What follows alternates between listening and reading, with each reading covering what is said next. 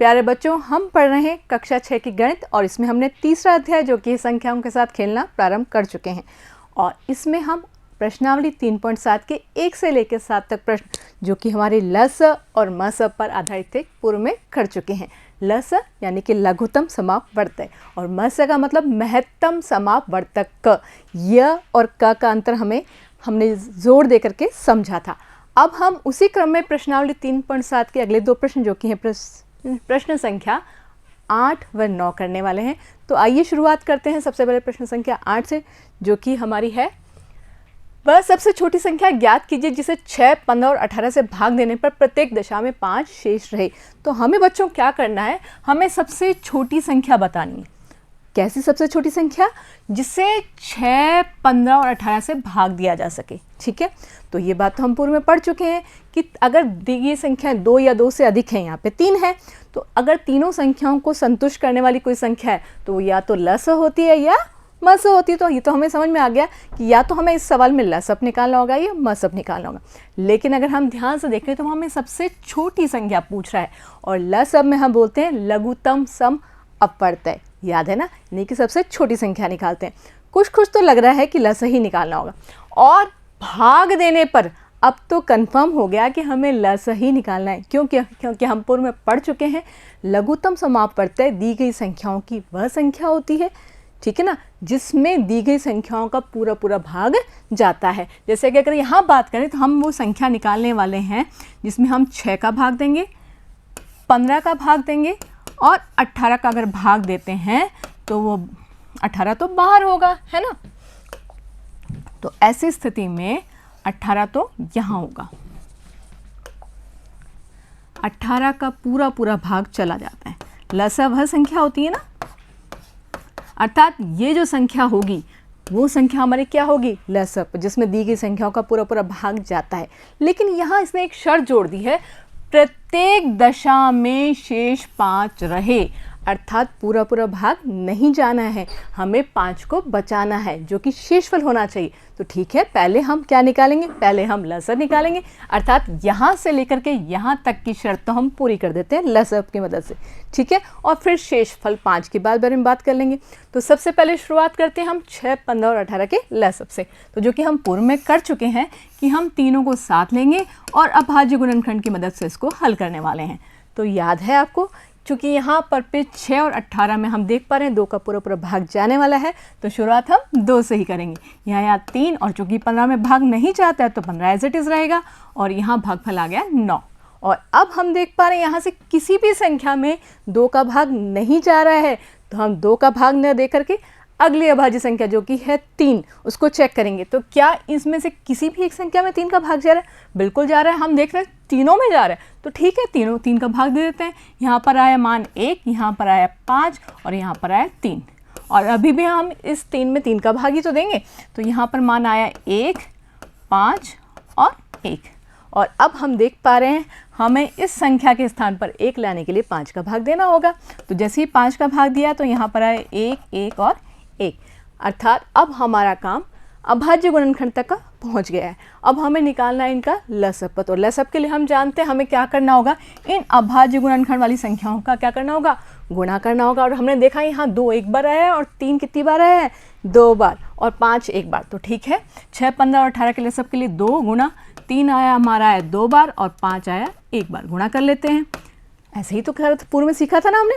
तो यहाँ पे 2 5 10 और 3 3 9, ये हल होके आ गया 90। तो हमने देखा बच्चों कि 90 वह संख्या है, अर्थात यहाँ पर पे हम अगर 90 को रख दें, ठीक है, तो हमारा क्या होगा, इन दी गई संख्याओं का यानी कि 6 का, 15 का, 18 का पूरा भाग चला जाएगा। ठीक है ना। और वैसे भी हम देख पा रहे हैं 6 कम 6, 9 में 6 का भाग दिया, 3 बचे और ऊपर से आया उतर के 0 और 6 पंजे 30, पूरा भाग चला गया ना। ठीक है, लेकिन वो ऐसा नहीं चाह रहा, वह चाह रहा है 5 शेष रहे। तो हमने जैसे बात की प्रत्येक दशा में 5 शेष रहना चाहिए, इसका मतलब 90 से संख्या बढ़ जाएगी ताकि शेष तभी तो बचेगा। याद करें, हमने भाग में समझा है पूर्व कक्षा में कि जब शेष रहता है अर्थात उसमें वो संख्या का भाग ऐसी संख्या में मिलती है, ठीक है, जिसमें भाग नहीं दे सकते, अर्थात वह छोटी संख्या होती है। ठीक है ना। और यहाँ पे हम देख पा रहे हैं संख्या क्या है, 5, तो 5 हमारी 6 से भी छोटी है, अर्थात नीचे 5 बच जाएगा, ऐसा वो कहना चाह रहा है। यहाँ पर भी 5 बच जाएगा भाग देने के बाद, और यहाँ भी 5 बच जाएगा। तो हम 5 का क्या करने वाले हैं, बिल्कुल हम इस 90 में 5 को जोड़ देंगे, ठीक है ना। तो 90 में 5 जोड़ते ही हमारे पास मान क्या प्राप्त हो जाएगा, हमारे पास मान प्राप्त हो जाएगा 95। और 95 में जब हम 6 का भाग देंगे, जैसे कि हमने पूर्व में करके दिखाया था, तो अब हम 90 के बजाय 95 में दे रहे हैं 6 का भाग। 6 कम 6, 9 में से 6 गए 3, अब ऊपर से उतर के आया 5, 6 पंजे 30, और अब बच गया हमारे पास में शेष 5। यही तो हम चाह रहे हैं ना।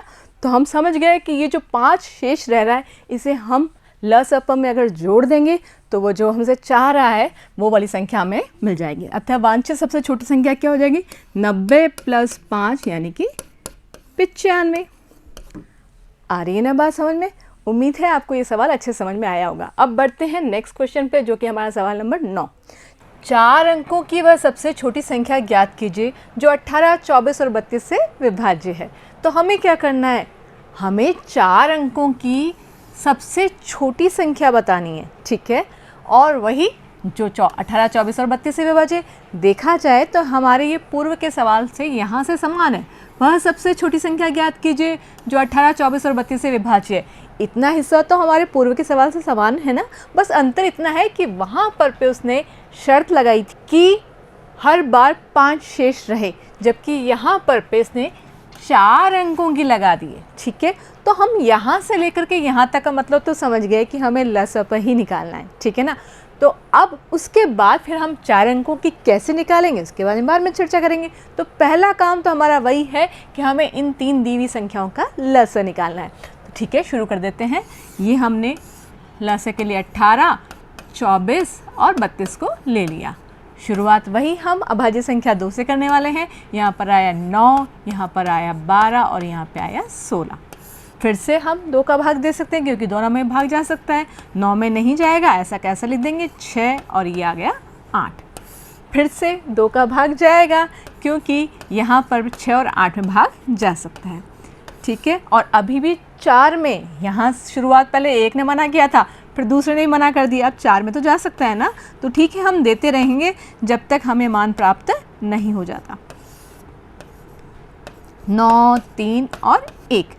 लेकिन अभी यहाँ पर 32 की जगह तो 1 प्राप्त हो गया, अभी इन दोनों की जगह हमें 1 प्राप्त नहीं हो, तो अभी आगे चलना होगा। तो निश्चित तौर पे अब हम किसका भाग देने वाले हैं, 3 का। और ये आया 3, 1 और 1, और अंतिम बार हम 3 का भाग देंगे तो सभी संख्याओं की जगह हमें क्या प्राप्त हो जाएगा, 1। और अब हमें रुक जाना है। अब हमें क्या करना है, वही हम इन दी गई अभाज्य संख्याओं का गुणन ज्ञात करना है, जो कि हमारा क्या होने वाला है, बिल्कुल लस होने वाला है। तो हम ध्यान से अगर देखें तो 2 आया 1, 2, 3, 4, 5 बार, और 3 आया है 2 बार।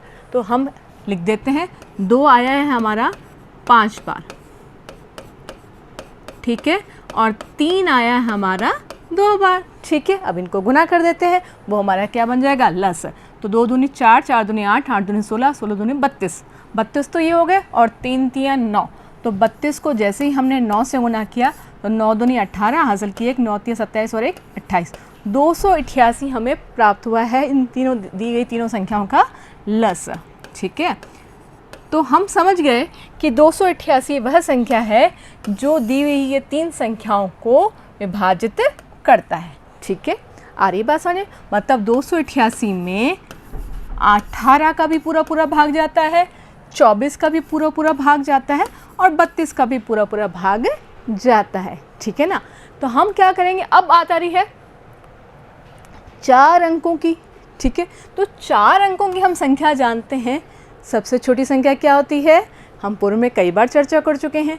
तो हमने याद है आप लोग, हमने बात की थी जब भी हमें सबसे छोटी संख्या निकालनी है जितने भी अंकों की, फिलहाल यहाँ पे 4 अंकों की निकालनी है, तो सबसे पहले बाएं स्थान पर हम क्या लिख देते हैं, 1, और बाकी बचे हुए स्थानों पर 0 रख देते हैं। अर्थात सबसे छोटी संख्या क्या होने वाली है, बिल्कुल 1000 होने वाली है। तो अब हमने देखा कि 4 अंकों की सबसे छोटी संख्या होती है 1000 है। अब हमें इसका मतलब हमें देखना है कि क्या 1000 18 से, 24 से और 32 से विभाज्य है या नहीं, ये हमें जांचना है। यही तो है, अगर हुई तो ये हमारी सबसे छोटी संख्या हो जाएगी, जो क्या है 18, 24 और 32 से विभाज्य। तो अब आप बताएं, क्या वास्तव में हमें 1000 को इन तीनों से भाग देना होगा? नहीं, ये तो बहुत लंबा हो जाएगा ना। फिर 288 जो हमने निकाले इसका क्या मतलब, बिल्कुल हम इन तीनों का भाग ना दे करके हम 288 का भाग दे देंगे। अगर 288 का पूरा पूरा भाग 1000 में चला गया तो हम कह देंगे 4 अंकों की सबसे छोटी संख्या 1000 है जो तीनों संख्याओं से विभाज्य है। और अगर नहीं गया तो फिर हम उसके बारे में और चर्चा करेंगे। सबसे पहले चेक करते हैं जाता है कि नहीं जाता है। तो अब हम क्या करने वाले हैं, हम 1000 में 288 का भाग देने वाले हैं।